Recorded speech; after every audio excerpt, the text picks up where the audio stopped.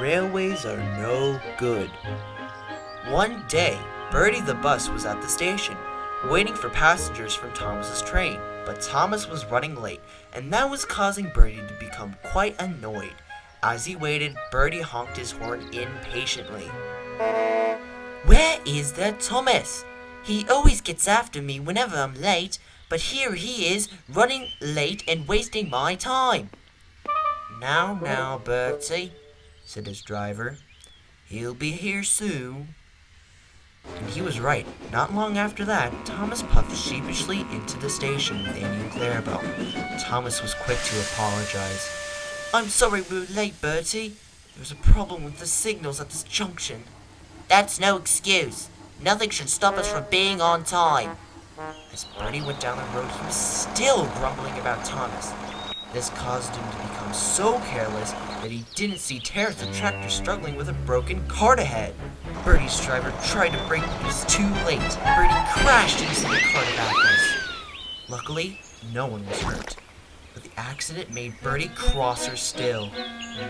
The next day, Bertie was repaired at the bus yard, talking with Bulgy about his accident yesterday. Bulgy felt the accident was all Thomas's fault.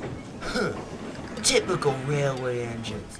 Always being careless, which only causes problems for us buses and lorries.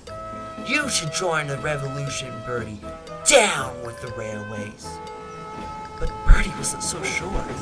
I don't know, Bulgy. Thomas and I have been friends for a very long time, but... But what? Interrupted Bulgy. You always complain about how Thomas dawdles about, and how much of a show-off he is. I say he's nothing but a silly, worn-out contraption.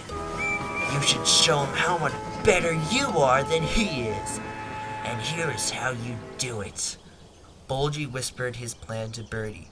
Bertie still wasn't sure, but he'd been getting pretty tired of having to deal with Thomas's foolishness as of lately, so he decided to go on with Bulgy's plan. The next day, Bertie was at the station collecting his passengers. When he saw some of the passengers waiting for Thomas's train, Bertie decided to put the plan into action. There's no train today, so I can take you where you want to go. The passengers, without hesitation, boarded Bertie, and Bertie sped off down the road with Thomas's passengers. However, Bertie was hardly out of sight when Thomas came whistling into the station. Where is everyone? Asked Thomas. I don't know, said his driver. Let's continue on to the next station.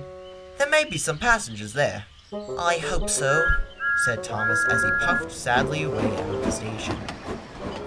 Throughout the day, Bertie continued to steal Thomas's passengers at every station he went.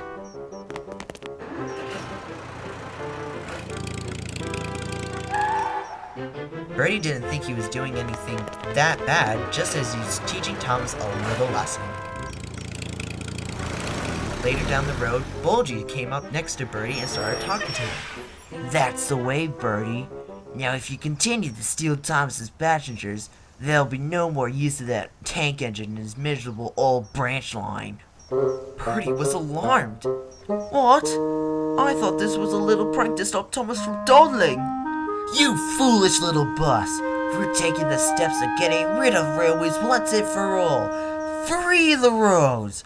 Railways are no good, called Bulgy as he drove away. Bertie was shocked. He didn't mean to hurt Thomas at all, and now Bertie knew he had to find a way to set things right. Then a whistle rang out of the distance. Bertie had a plan. Oh no! Something's wrong, cried Bertie as he came to a stop near the railway tracks. Soon Thomas steamed up next to Bertie. Oh, Thomas, it's a good thing you're here. Can you take my passengers to the next station? Yes, said Thomas. He was a little surprised to see Bertie with all his passengers. "Oh, thank you," said Bertie as Thomas puffed away. Thomas brought the passengers to the station and they all thanked him for getting them home on time. The next day, Bertie went to apologize to Thomas at the sheds. "I'm sorry for taking all your passengers, Thomas. I didn't mean to cause any trouble." "That's okay," said Thomas. "I forgive you. You're a good friend for apologizing and trying to set things right." "Thanks," smiled Bertie. "And I'm lucky to have such a good friend in you."